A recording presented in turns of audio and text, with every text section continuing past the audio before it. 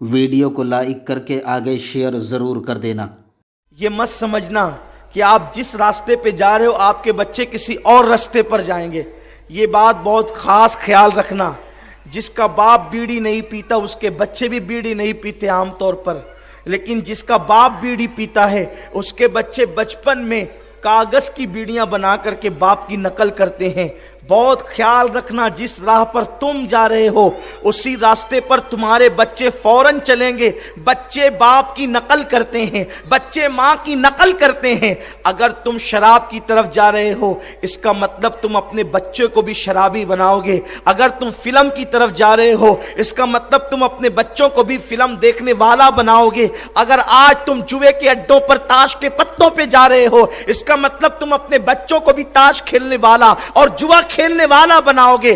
آج تو تم کو اس کا احساس نہیں ہوگا، تم کھلے طور پر کرو گے، تمہارا بچہ چھپے طور پہ کرے گا جب تم بڑھاپے کی منزل پہ پہنچ جاؤ گے۔ لیکن جب وہ کھلے طور پہ شراب کی بوتل ہاتھ میں لے کر گھر میں آئے گا اس دن تم کو احساس ہوگا میں نے برا کیا، لیکن وہ احساس اس وقت تو کچھ نہیں کر سکتا۔ اس وقت کا پچھتانا تمہارا ماحول بدل نہیں سکتا۔ اس وقت سوائے حسرت، ندامت اور پریشانی کی آپ کے ہاتھ میں کچھ نہیں آئے گا۔ اس لیے اگر تم اپنے گھروں کا ماحول تبدیل کرنا چاہتے ہو مسلمانوں تم کو خود کو بدلنا ہوگا، تمہیں خود کے اندر انقلاب پیدا کرنا ہوگا۔ یاد رکھنا جس نے پوری زندگی اللہ کو گناہ کر کے اذیت پہنچائی، رسول پاک کا دل دکھایا، وہ بندہ کبھی بھی سرخ رو اور کامیاب نہیں ہو سکتا۔ اللہ کے حبیب صلی اللہ علیہ وسلم فرماتے ہیں کہ جو جنت کی خوشبو بھی نہ سونگھے گا وہ بندہ ہوگا جو ہمیشہ شراب پینے کا عادی ہے۔ کاش نشے سے، شراب سے میری قوم کے نوجوان توبہ کرتے۔ اور آقا صلی اللہ علیہ وسلم فرماتے ہیں دوسرا بدبخت وہ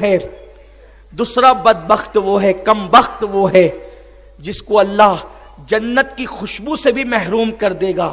جو جنت کی خوشبو سے بھی محروم رہے گا وہ بندہ ہے جس نے اپنے ماں باپ کی نافرمانی کی ہوگی، ماں باپ کو اذیت پہنچائی ہوگی۔ آپ بتائیں کہ آج کتنے وہ نوجوان ہیں جو اپنے ماں باپ کو اذیت نہیں پہنچاتے اور ماں باپ کی فرما برداری کرتے ہیں۔ آج تو ایک ماحول بن گیا ہے، عید کا موقع ہے، بیوی کے لیے 5 ڈریس بنیں گے اور ماں کے لیے بڑی مشکل سے 1۔ بیوی کا ڈریس پسند کا آئے گا، ماں کے لیے اپنی پسند کا، اور وہ بھی ایسا کہ ماں کی پسند ناپسند کا کوئی خیال ہی نہیں ہوگا۔ آج کل میں یہ نہیں کہتا کہ بیوی کا حق ادا نہ کرو، اسلام تو کہتا ہے جو تم کھاؤ اسے کھلاؤ، جس قیمت کا لباس تم پہنو اس قیمت کا لباس اس کو بھی پہناؤ، جتنے لباس تم سلاؤ اتنے لباس اس کو بھی سلاؤ۔ اسلام نے بیوی کا حق بھی مقرر کیا ہے، لیکن بیوی سے پہلے اسلام نے ماں باپ کا حق مقرر کیا ہے۔ آج کل مالیگاؤں کے اندر ایک ماحول سا بنتا جا رہا ہے، شادی ہوئی ابھی دلہن کے ہاتھ کی مہندی بھی نہیں چھوٹی کہ دلہن کے گھر والوں کی طرف سے مطالبہ ہونے لگتا ہے آپ کے گھر کا ماحول اس کو جو ہے وہ راس نہیں آتا، آپ اگر اس کو الگ لے کر رہنا چاہتے ہیں تو الگ رہیں ورنہ ہم اس کو نہیں بھیجیں گے۔ یہ ایسی دھمکی ہوتی ہے کہ نوجوان ڈر کر کے فوری طور پہ فیصلہ کرتے ہیں کہ ٹھیک ہے ماں باپ کو چھوڑ دینا ہے۔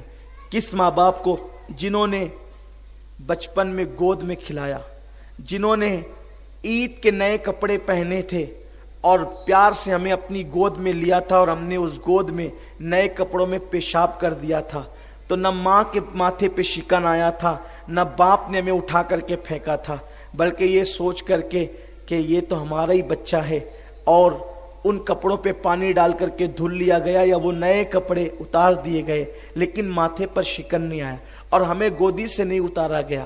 ان ماں باپ کا کتنا احسان جن ماں باپ نے اپنے ہاتھوں سے ہمارے منہ میں لقمے ڈالے۔ جب ہم کھانے کی ہمارے اندر طاقت نہ تھی تو ماں باپ نے ہمارے منہ میں لقمے ڈالے۔ اگر ماں باپ بیمار ہو جائیں تو کیا ہم بھی ان کے منہ میں لقمے ڈالتے ہیں؟ کیا ہم بھی ان کے منہ کے اندر لقمے داخل کرتے؟ آپ غور تو کیجئے، سوچئے تو صحیح۔ جب ہم کھانے کے قابل نہ تھے تو ماں باپ ہمیں کھلاتے تھے، اور آج ماں باپ بڑھاپے کی وجہ سے کھانے کے قابل نہیں ہے تو ہم ان کے کھانے کا خیال کرتے ہیں۔ ہم کیا سمجھتے ہیں کہ دین میں صرف نماز ہے؟ ہم کیا سمجھتے ہیں دین میں صرف تسبیح ہلانا ہے؟ ہم کیا سمجھتے ہیں دین میں صرف مسجدیں بنانا ہے؟